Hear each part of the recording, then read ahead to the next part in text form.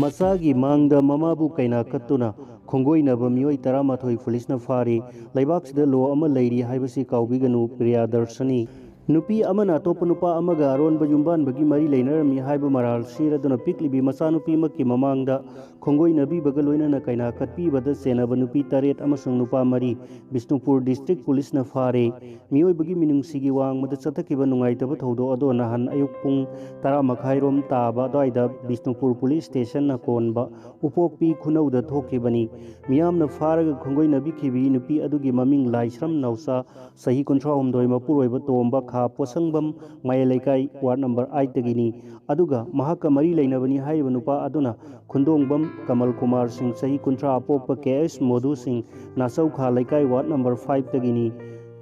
nungthil pobopta makhongna machanupiga loinana lambida lakpada nupa aduna Keina bagi matawgumna furbodo manak nakpada job card ki thabak suba miyamna uba fangki hanadagi hauna makhoi ani ase aronba mari leinai haina miyamna launa duna leiringai gi tanja aduda thodo ado asauba pokhallaga makhoi ani bu fajillaga thamkibani miyam omsinduna nupi amasung nupa ado plastic ki ahangba bottle sing yalaga khongoi nakhi makhoi bu miyamna phuwi ki mafi marol fawba jingthokpi duna ikaiba pikhi paodo fangbadagi police na nupi aduga nupa aduga rescue tawraga Bishnupur district police ta purakhi police na rescue tawraba nupa amsung nupi ado laikai adumaktadagini hairi ikhang khanghauduna ngarang ayuk social media da nupi amadi nupa ado miyamna faraga ot naiba amasung sahi nauribi machanupi na mamagi kai khumnaba ngaknanaba honabagi video footage sing social media da viral oirakhi taibangi ayingba asaba karino haiba khangjadribi machanupi aduna mamabu chejet konsilaga kapkhiba amasung miyamna chingthokpi khiba mamani ilakpa phi khungatlaga mamagi mamaida kupsin bibagi pukning nungsiningai oiraba thodok singsu viral oiraba video footage aduda uba phangki maza poktaba manba khwaidagi tamthiba lichat ama oina nupi kharana sahi nauribi angang adugu kupakna mamaida thabibana chingbasu uba phangki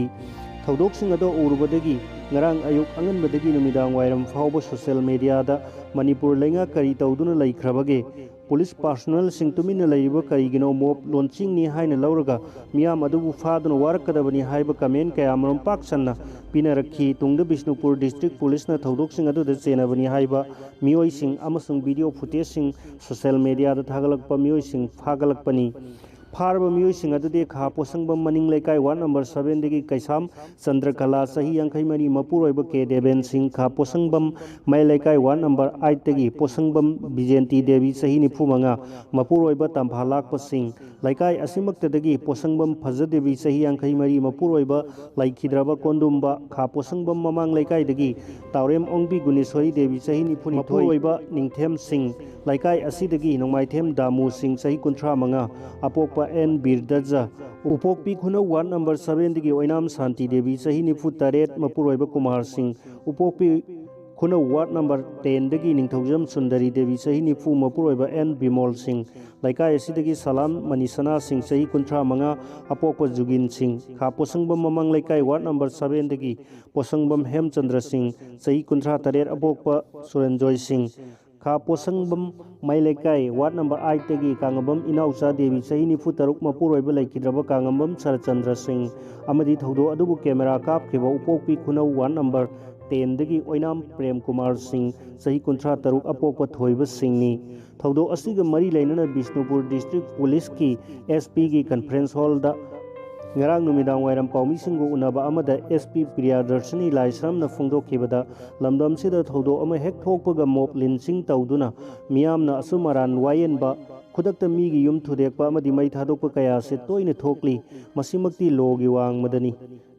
nahan upokpi khunauda miyamna Mioi anibu harga khongoinabi baga loinana madugi video clip social media da thagalakpa adusu aranba thabak amani maram aduna thodoktuda nupa mari amadi nupi 8 puna Mioi 13 se fagatpani faraba sing asigi mathakta logi oiba thabak sing laukhalaganI haibaga loinana miyamna lobu khutta paiduna siguma thabak se matungda amuhanna tawbiganu haina SP na appeal tawkhi faraba Mioi sing adaw paumi singi mamangda puthokhi